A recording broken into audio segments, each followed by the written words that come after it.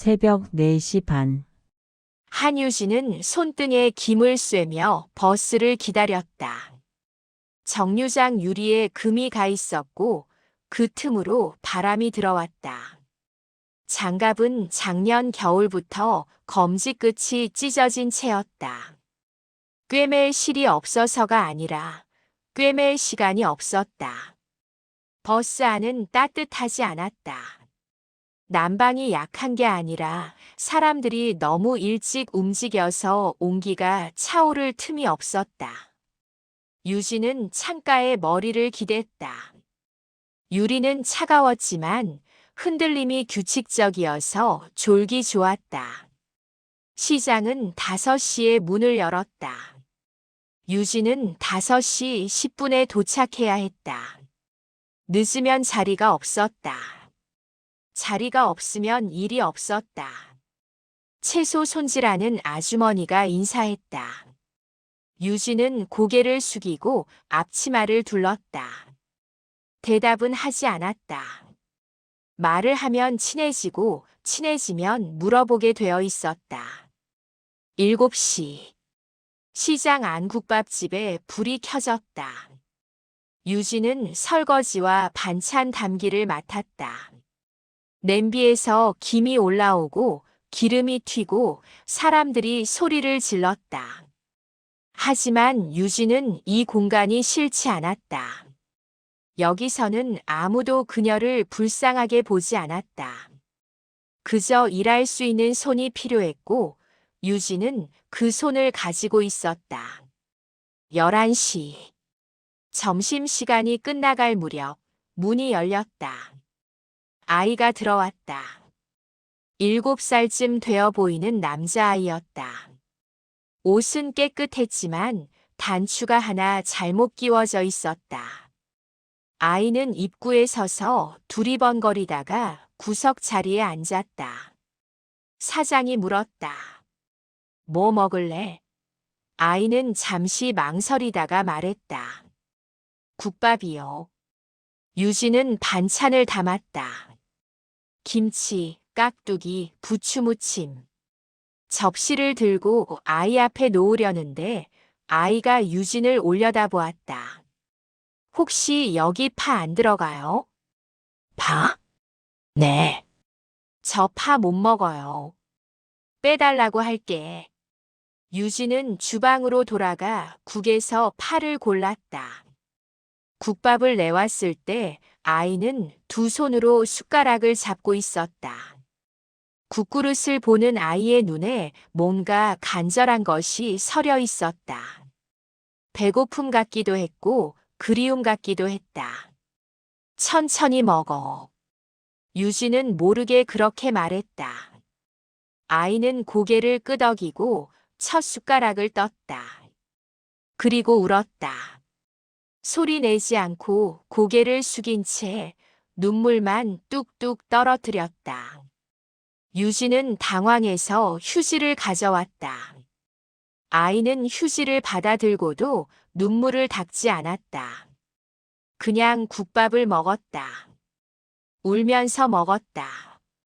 사장은 못 본 척했다. 손님들도 고개를 돌렸다. 유진은 그 자리에 서서 아이가 다 먹을 때까지 지켜봤다. 아이는 국물까지 다 비웠다. 잘 먹었습니다. 아이는 일어서서 계산대로 갔다. 유진은 그 자리를 치우러 갔다. 테이블은 깨끗했다. 물도 흘리지 않았고 반찬도 거의 다 먹었다. 저의 엄마 일었나 보네. 설거지하던 아주머니가 말했다. 유진은 대답하지 않았다. 하지만 그 말이 가슴에 남았다. 아이는 다음 날도 왔다. 같은 시간, 같은 자리.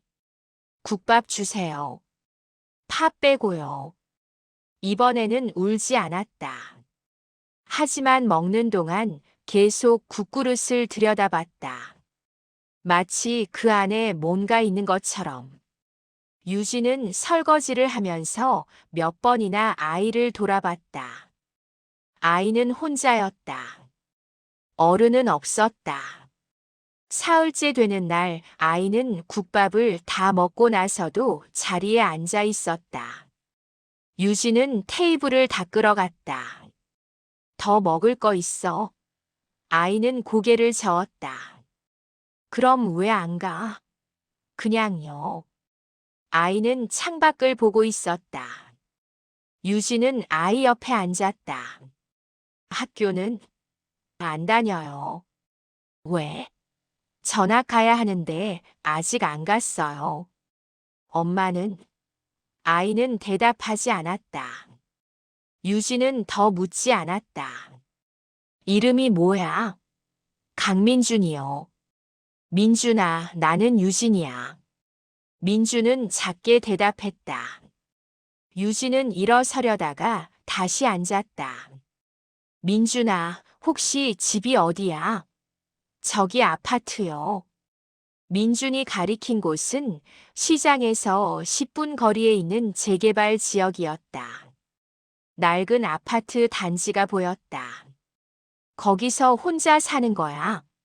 아니요. 할아버지랑요. 할아버지는 일 나가셨어요. 유진은 더 이상 묻지 않았다. 민주는 가방을 메고 일어섰다. 내일 또 올 거야? 민주는 고개를 끄덕였다. 유진은 웃었다. 그럼 내일 봐. 민주는 작은 목소리로 대답했다. 네. 내일 봐요, 누나. 한 달이 지났다. 민주는 매일 왔다. 유진은 민준이 올 시간이 되면 파를 미리 골라뒀다. 국물이 뜨거우면 한 번 저어서 식혔다. 민준은 고맙다는 말을 하지 않았지만 유진은 민준의 표정에서 알 수 있었다. 어느 날 민준이 국밥을 먹다가 물었다. 누나는 꿈이 뭐예요? 유진은 그릇을 닦다가 손을 멈췄다. 꿈? 네. 나중에 뭐 하고 싶어요? 유진은 오랫동안 대답하지 않았다. 민주는 기다렸다. 빵집. 빵집이요? 응. 작은 빵집. 아침마다 갓 구운 빵 냄새 나는 그런 곳. 민주는 눈을 반짝였다. 좋겠다. 누나 빵 만들 줄 알아요? 배우고 싶어. 그럼 배워요. 돈이 없어. 근데 민준이 너는? 저요? 응. 너는 꿈이 뭐야? 민주는 잠시 생각하다가 말했다. 엄마 만나는 거요. 유진의 손이 멈췄다. 엄마가 어디 가셨어? 하늘나라요. 민준의 목소리는 담담했다. 울지 않았다. 하지만 유진은 가슴이 무너지는 것 같았다. 언제? 작년 겨울이요. 유진은 아무 말도 할 수 없었다. 민주는 국을 한 숟가락 떴다. 근데 여기 국밥 먹으면요. 엄마 생각이 나요. 왜? 엄마가 끓여주던 국이랑 비슷해요. 냄새도 비슷하고 맛도 비슷해요. 민주는 웃었다. 슬픈 웃음이 아니라 정말 기쁜 것처럼. 그래서 매일 와요. 여기 오면 엄마 만난 것 같아요. 유진은 눈물이 날 것 같았다. 하지만 참았다. 울면 안 될 것 같았다. 그럼 앞으로도 매일 올 거야? 네. 누나 괜찮아요? 유진은 고개를 끄덕였다. 응. 매일 와. 강태사는 차 안에서 신문을 읽고 있었다. 오늘따라 회의가 일찍 끝나서 예정에 없던 시간이 생겼다. 10분만 기다려. 네, 회장님. 태사는 차에서 내려 골목 안으로 걸어 들어갔다. 이 동네는 그가 40년 전 처음 사업을 시작했던 곳이었다. 당시에는 공장이 많았고 인력 시장이 있었고 그는 그 틈바구니에서 기회를 찾았다. 지금은 재개발이 진행 중이었다. 낡은 건물은 하나씩 사라지고 새 아파트가 들어서고 있었다. 태사는 이 변화를 지켜보는 게 싫지 않았다. 변화는 곧 성장이었다. 골목을 걷다가 태사는 낯익은 간판을 보았다. 미성국밥. 40년 전 그가 처음 이 동네에 왔을 때도 이 간판이 있었다. 태사는 당시 이곳에서 아침을 때웠다. 싸고 든든했다. 태사는 문을 밀고 들어갔다. 안은 좁았다. 테이블 6개, 손님은 넷. 주방에서 김이 올라오고 누군가 설거지를 하고 있었다. 국밥 하나. 태사는 자리에 앉았다. 잠시 후 젊은 여자가 반찬을 들고 나왔다. 20살쯤 되어 보였다. 얼굴은 수척했지만 눈빛은 맑았다. 국밥이 나왔다. 태사는 숟가락을 들었다. 첫 숟가락을 뜨는 순간 기억이 밀려왔다. 40년 전 그가 이 자리에 앉아서 이 국을 먹으면서 오늘 하루를 어떻게 버틸지 고민하던 때 아무것도 없었다. 돈도 인맥도 기술도. 하지만 포기하지 않았다. 포기할 수 없었다. 태사는 국을 다 먹었다. 계산을 하고 나오려는데 문이 열렸다.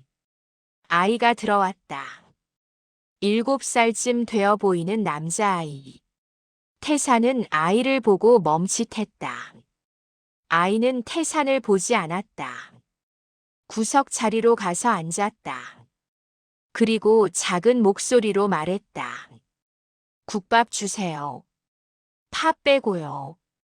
태사는 아이를 보았다.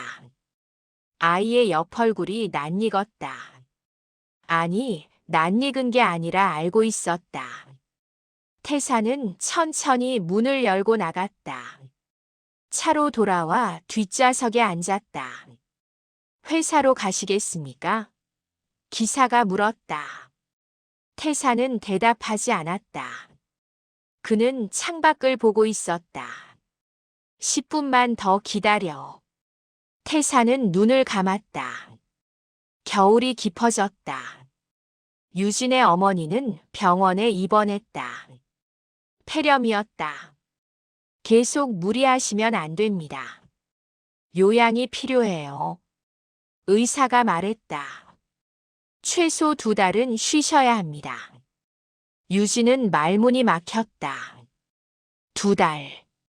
어머니가 일을 못하면 유진 혼자 돈을 벌어야 했다. 병원비도 내야 했다. 그날 밤 유진은 잠을 이루지 못했다. 시장 일만으로는 부족했다. 저녁에 다른 일을 더 해야 했다. 다음 날 유진은 사장에게 말했다. 사장님, 저 저녁에도 일할 수 있을까요? 사장은 잠시 생각하더니 고개를 끄덕였다. 그래. 저녁 장사 시작해볼까? 요즘 재개발로 공사 인부들 많이 오거든. 그날부터 유진은 하루 14시간을 일했다. 몸은 힘들었지만 유진은 버텼다. 버틸 수 있었다. 민주는 여전히 매일 왔다. 하지만 어느 날부터 민준의 표정이 어두워졌다. 민준아, 무슨 일 있어? 유진이 물었다. 할아버지가 아파요. 많이? 병원 가셨는데 큰 병원 가야 한대요. 할아버지랑 단둘이 사는 거야. 민주는 고개를 끄덕였다. 엄마 돌아가시고 할아버지랑 여기 왔어요. 할아버지가 저 키우려고 일하셨는데. 민준의 목소리가 떨렸다. 유진은 민준의 손을 잡았다. 할아버지 괜찮으실 거야. 민준은 울지 않았다. 하지만 국밥을 먹는 내내 눈물이 그릇에 떨어졌다. 강태사는 서류를 검토하고 있었다. 재개발 지역 보상 명단. 그 중에는 손자 민준이 살고 있는 아파트도 포함되어 있었다. 태사는 펜을 내려놓았다. 민준. 그의 며느리가 낳은 아이. 태산의 아들은 이혼했고 며느리는 민준을 데리고 나갔다. 그리고 1년 전 며느리는 교통사고로 세상을 떠났다. 태사는 그 소식을 뒤늦게 들었다. 장례식에는 가지 않았다. 아들도 가지 않았다. 태사는 조의금을 보냈다. 아들 명의로. 그게 전부였다. 민주는 외가 쪽 친척에게 맡겨진 것으로 알았다. 하지만 최근 들어 태사는 우연히 민준을 보게 되었다. 그 국밥집에서. 태사는 조사를 시켰다. 민준은 외할아버지와 살고 있었다. 외할아버지는 일용직 노동자였다. 건강이 좋지 않았고 최근 병원 진단을 받았다. 폐암 3기. 태사는 서류를 덮었다. 그는 비서를 불렀다. 저 아파트 단지 보상금 상향 조정해. 네. 회장님, 그러시면 조용히 해. 명목은 특별지원금으로. 비서가 나갔다. 태사는 창밖을 보았다. 돈으로 해결할 수 있는 일이었다. 돈을 주면 민주는 치료를 받을 수 있고 외할아버지도 여생을 편하게 보낼 수 있었다. 태사는 그렇게 믿었다. 하지만 며칠 후 비서가 보고했다. 회장님, 문제가 있습니다. 뭔데? 민준 군의 외할아버지가 보상금을 거부하셨습니다. 뭐? 재개발 보상금을 받으면 전월세 보증금을 돌려받을 수 없다고 하셨습니다. 그 돈이 더 급하다고. 태사는 미간을 찌푸렸다.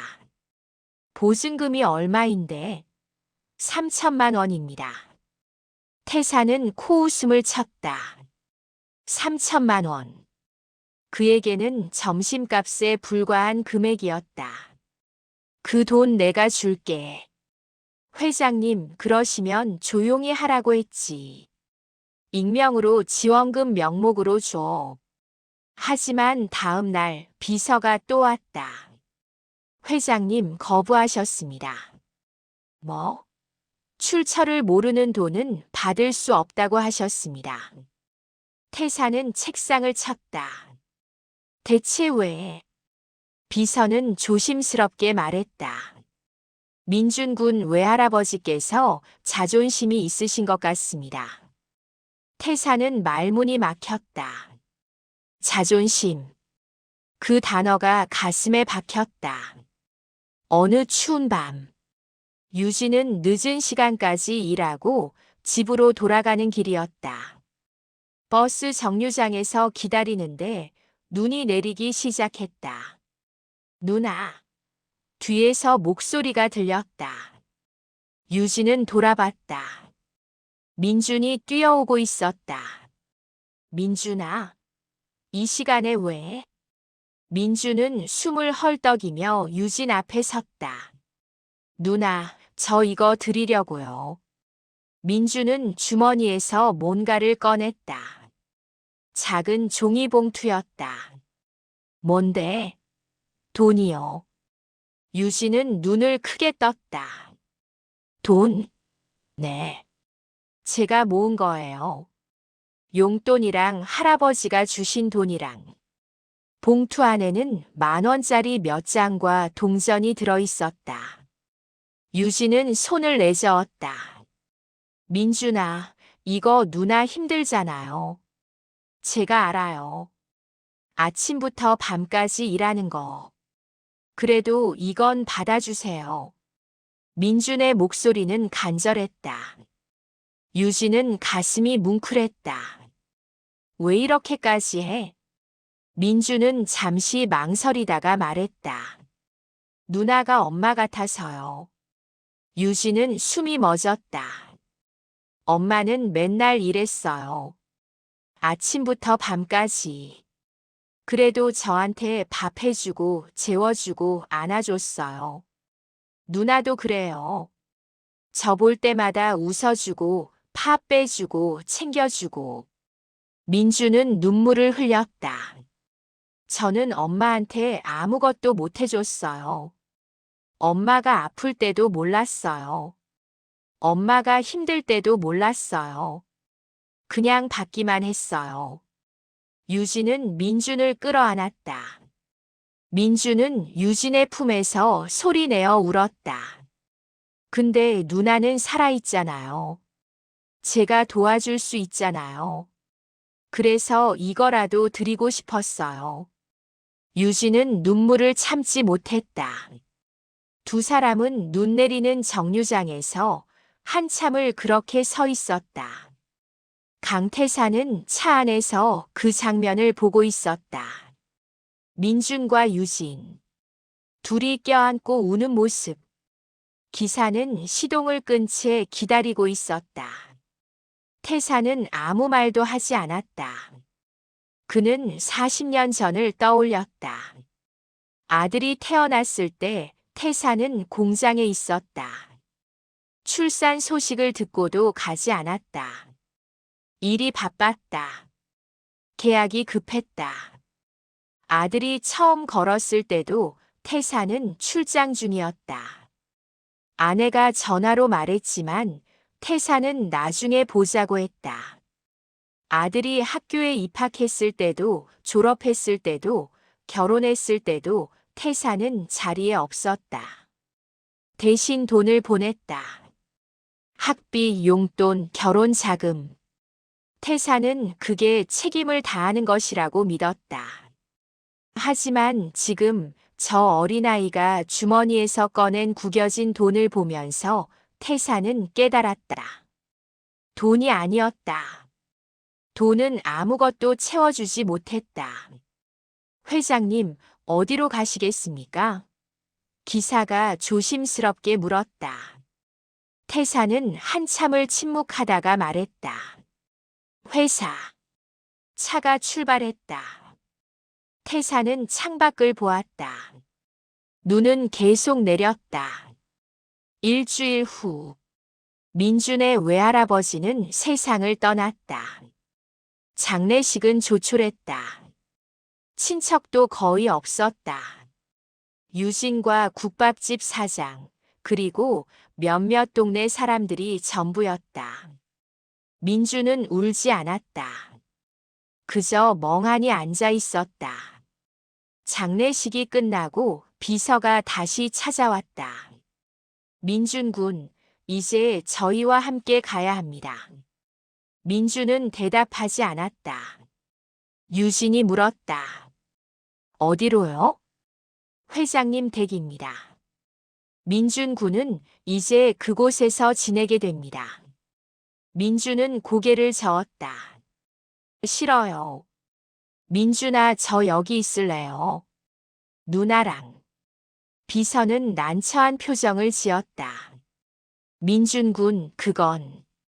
저는 누나 곁에 있을 거예요. 민준의 눈에는 결연함이 있었다. 비서가 말했다. 한유진 씨, 민준 군을 키울 수 있으십니까? 유진은 대답할 수 없었다. 그녀는 21살이었다. 일용직 노동자였다. 내일 일이 있을지도 모르는 사람이었다. 죄송하지만 현실적으로 어렵습니다. 민준 군에게는 안정적인 환경이 필요합니다. 저 일할 수 있어요. 유진이 말했다. 더 열심히 일할 수 있어요. 민준이 키울 수 있어요. 한유진 씨 제발요. 민준이를 데려가지 마세요. 회장님과 상의해 보겠습니다. 강태사는 보고를 들었다. 민준 군이 그녀와 함께 있기를 원합니다. 태사는 미간을 찌푸렸다. 그 여자가 누군데? 시장 국밥집에서 일하는 20살 여성입니다. 어머니가 병환 중이고 그런 사람이 아이를 키워? 민준 군이 원합니다. 태사는 책상을 쳤다. 말이 되는 소리를 해. 어떻게 그런 환경에서? 회장님. 비서가 조심스럽게 말했다. 민준 군은 행복해 보였습니다. 뭐? 한유진 씨와 함께 있을 때 웃고 말하고 살아 있었습니다. 태사는 입을 다물었다. 그게 무슨 소리야? 저도 오랫동안 회장님 곁에서 일했습니다. 회장님 따님과 아드님도 봐왔습니다. 하지만 비서는 잠시 망설이다가 말했다. 민준 군만큼 행복해 보인 적은 없었습니다. 태사는 아무 말도 하지 못했다. 며칠 후, 유진은 민준과 함께 작은 원룸에서 살기 시작했다. 어머니는 요양원으로 옮겼다. 비용은 태산그룹에서 지원했다. 유진은 거부했지만 어머니가 말했다. 받아라. 내가 민준이를 키우려면 도움이 필요해. 원룸은 좁았다. 방 하나, 화장실 하나. 하지만 유진은 최대한 아늑하게 꾸몄다. 민준의 책상을 놓고 작은 책장을 샀다. 민준은 처음으로 웃었다. 누나, 여기 좋아요. 그래? 네. 엄마랑 살던 집 같아요. 유진은 민준의 머리를 쓰다듬었다. 앞으로 여기가 우리 집이야. 정말요? 응. 정말. 민준은 유진을 껴안았다. 2년 후, 유진은 작은 제과점에서 견습생으로 일하기 시작했다. 국밥집 일은 아침만 했다. 오후에는 제과점에서 배웠다. 힘들었지만 유진은 행복했다. 꿈에 한 발짝 다가가고 있었다. 민주는 이제 새학년이 되었다. 키도 크고 밝아졌다. 가끔 할아버지와 엄마 이야기를 했지만 더 이상 울지 않았다. 누나, 저 오늘 받아쓰기 100점 맞았어요. 진짜? 우리 민준이 대단한데. 선생님이 칭찬했어요. 그날 저녁 유진은 민준과 함께 저녁을 먹었다. 유진이 만든 된장찌개와 밥. 누나, 이거 맛있어요. 그래? 다행이다. 엄마 맛이랑 비슷해요. 유진은 숟가락을 멈췄다. 정말? 네. 근데 누나 맛도 좋아요. 유진은 웃었다. 민준도 웃었다. 어느 겨울날, 유진과 민준은 국밥집 앞을 지나가고 있었다. 유진은 더 이상 그곳에서 일하지 않았다. 제과점 일이 바빴고 민준과 보낼 시간이 더 필요했다. 하지만 가끔 들렀다. 사장님께 인사하고 국밥 한 그릇 먹고 가곤 했다. 누나, 저 여기 국밥 먹고 싶어요. 그래, 들어갈까? 둘은 국밥집으로 들어갔다. 사장이 반갑게 맞았다. 유진아, 민준아 오랜만이다. 국밥 2개? 네. 저는 파 빼고요. 민준이 말했다. 사장이 웃었다. 알았어. 국밥이 나왔다. 유진과 민준은 마주 앉아 먹었다. 누나. 응? 저 누나 고마워요. 왜 갑자기? 그냥 누나 있어서 좋아요. 누나가 없었으면 저 어떻게 됐을지 모르겠어요. 유진은 눈물이 날 것 같았다. 하지만 참았다. 나도 민준이 있어서 좋아. 정말요? 응. 정말. 민준은 웃었다. 유진도 웃었다. 그때 문이 열렸다. 노인이 들어왔다. 유진은 그 노인을 본 적이 있었다. 오래전 이곳에 왔던 사람. 정장을 입고 혼자 국밥을 먹고 갔던 사람. 노인은 유진과 민준을 보았다. 잠시 멈칫했다. 유진은 고개를 숙여 인사했다. 노인도 고개를 숙였다. 노인은 구석 자리에 앉았다. 국밥을 시켰다. 유진과 민준은 국밥을 다 먹고 일어났다. 계산을 하고 나가려는데 민준이 멈칫했다. 누나, 잠깐만요. 민준은 노인에게 다가갔다. 저기요. 노인은 민준을 보았다. 응? 혹시 저 아세요? 노인은 대답하지 않았다. 민준은 계속 말했다. 저 강민준이에요. 할아버지 손자 아닌가요? 유진은 숨이 멎었다. 노인은 천천히 고개를 끄덕였다. 그래. 왜 안 오셨어요? 노인은 대답하지 못했다. 민준은 울지 않았다. 그저 물었다.